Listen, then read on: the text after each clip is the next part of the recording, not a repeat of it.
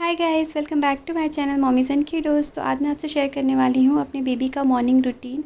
तो मेरा बेटा श्लोक अभी 2 महीने का है। तो एज़ सच तो ऐसे इतने छोटे बच्चों का कोई रूटीन सेट नहीं होता है।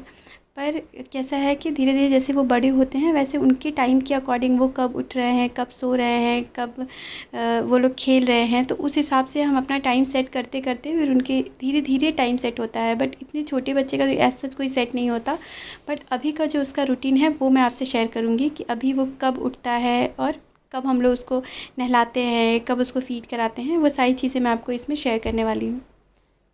और अभी बज रहे हैं सुबह के 6 और श्लोक का ऐसा टाइम कुछ 10-15 दिनों से फ़िक्स हो गया है कि वो 6 बजे उठ ही जाता है। मैं कितना भी सोचूँ ना, अगर मैं 5:30 बजे भी उसको फ़ीड करके सुला रही हूँ कि वो थोड़ी देर सो जाए, बट वो नहीं सोता है। मतलब वो उसको उठने को चाहिए, मतलब उठना है उसको, तो फिर उठ जाता है। और उठने के बाद फिर हम सोचते हैं कि फिर ठीक है चलो, और वो खेलने-वेलने लगता है। उठने के बाद वो मतलब इतना स्माइली बच्चा है, वो हँसते हुए उठता है और फिर हँसने के बाद फिर ऐसा मन करता है ना, बच्चा अगर आपका उठ रहा है, सो के उठा है और स्माइली है, तो आपको मन करेगा आप और खिलाओ उसको।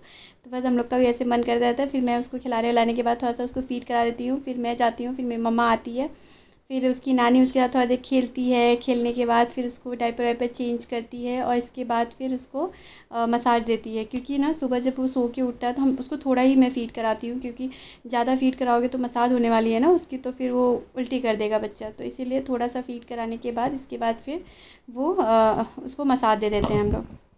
अच्छा, अगर आप अकेले हैं और आपके पास इतना टाइम नहीं है सुबह-सुबह, क्योंकि सुबह-सुबह बहुत काम होते हैं। इवन मेरे पास भी, मतलब मेरी 6 साल की बेटी है तो वो भी स्कूल अभी उसकी छुट्टियाँ चल रही हैं तो कोई टेंशन नहीं है। अदरवाइज़ वो भी स्कूल जाती है, तो सुबह-सुबह टाइम नहीं मिल पाता। इतनी सुबह उसको रेडी करके भेजना, उस सब में टाइम चला जाता है। तो इतना टाइम है तो भी आपको क्या करना है, बच्चे के साथ सुबह उठ रहा है, आप उसके साथ थोड़ा 5-10 मिनट खेलने के बाद आप उसको सर पे तेल ज़रूर रख दें, क्योंकि ना उससे क्या होगा कि बच्चों का जो सॉफ्ट पार्ट होता है ना सर पे, वो भरने में बहुत हेल्प होती है, तो वो बहुत जल्दी ये भरता है। तो इसलिए आपको बेबी के हेड ऑयलिंग ज़रूर करना है, मतलब उसके सर पे तेल रख के अच्छे से आप ऑयलिंग कर दें। ठीक है, उसके बाद फिर हम लोग ये करने के बाद इस बेबी को अपने मसाज दे देते हैं। तो उसकी मालिश करने के लिए यहाँ पे हम लोग कोकोनट ऑयल का यूज़ करते हैं। मालिश का वीडियो मैंने सेपरेटली बनाया हुआ है, तो आप मेरे चैनल पे जाके देख सकते हैं। यहाँ पे भी हम उसको कोकोनट ऑयल से मसाज दे रहे हैं, तो फिर उसको मसाज देने के बाद आप अच्छे से, मतलब वो बिल्कुल एंजॉय करता है उसको। तो वो करने के बाद इसके बाद हम इसको कपड़े-वपड़े पहनाने के बाद विटामिन डी का ड्रॉप होता है ना, वो पिला देते हैं। वो आप किसी भी टाइम पिला सकते हैं, 24 घंटे में कोई भी टाइम पिला सकते हैं, बस उसका एक टाइम फ़िक्स रखिए। मतलब बच्चे का आप कोई भी मसाज कर रहे हैं, उसको कोई मेडिसिन दे रहे हैं, चीज़ों का टाइम फ़िक्स रहे तो ज़्यादा अच्छा रहता है। तो बहुत छोटा बच्चा है तो उसके अकॉर्डिंग आपको जब भी आप मसाज, तो आप भूलोगे भी नहीं, सुबह-सुबह आपने उसकी मसाज की और ये करके फिर आप उसको पिला दो। तो यहाँ पे हम उसको मसाज-वसाज देने के बाद इसके बाद विटामिन डी का ड्रॉप भी पिला देते हैं। तो विटामिन डी की ड्रॉप पिलाने के बाद मैं 5-10 मिनट वेट करती हूँ। इसके बाद मैं अपनी बेबी को फ़ीड कराती हूँ, और फ़ीड उसको मैं इस बार तो लंबे टाइम के लिए करवाती हूँ, क्योंकि मॉर्निंग में मैंने उसको फ़ीड थोड़ा ही करवाया था बिकॉज़ उसका मसाज होना था। तो अभी फ़ीड करा के मैं उसको अच्छे से बर्प दिलाती हूँ। अगर आप बच्चे को बर्प नहीं दिलाते हैं ना अच्छे से, तो क्या होता है, बच्चों को कॉलिक की प्रॉब्लम स्टार्ट हो जाती है।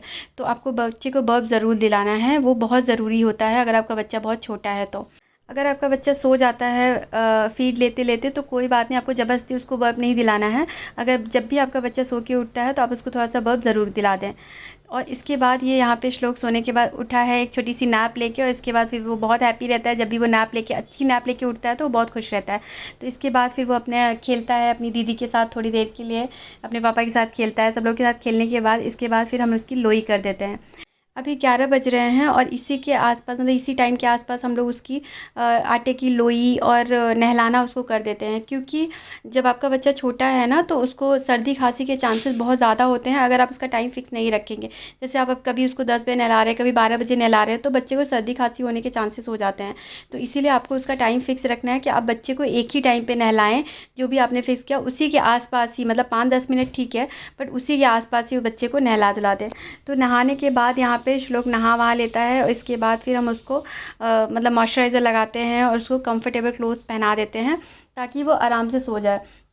और छोटा बच्चा ना, मतलब आप उसको नहला-वहला देते हो ना, तो वो आराम से 2-3 घंटे तो आराम से सो जाता है। तो अब मैं श्लोक को फ़ीड करा देती हूँ, क्योंकि उसको 2-3 घंटे आराम से सोना है, तो थोड़े लंबे टाइम के लिए उसको फ़ीड कराती हूँ। फ़ीड लेने के बाद वो आराम से सो जाता है, और इसके बाद फिर वो 2-3 घंटे के बाद ही उठता है। कभी-कभी ऐसा होता है कि वो 2 घंटे में भी उठ जाता है, बट एनीवेज़ जब भी उसको भूख लगेगी तो वो उठ जाएगा, अदरवाइज़ वो सो जाता है। तो ये था गाइज़ मेरे बेबी का मॉर्निंग रूटीन। अगर आपका बच्चा भी इतना छोटा है तो आप उसका हर चीज़ का टाइम फिक्स ज़रूर रखें, ताकि उसको कोई प्रॉब्लम ना हो और वो आराम से सोए। So thank you for watching guys. अगर आपको वीडियो अच्छा लगा तो प्लीज़ लाइक करें and subscribe to the channel. Thank you.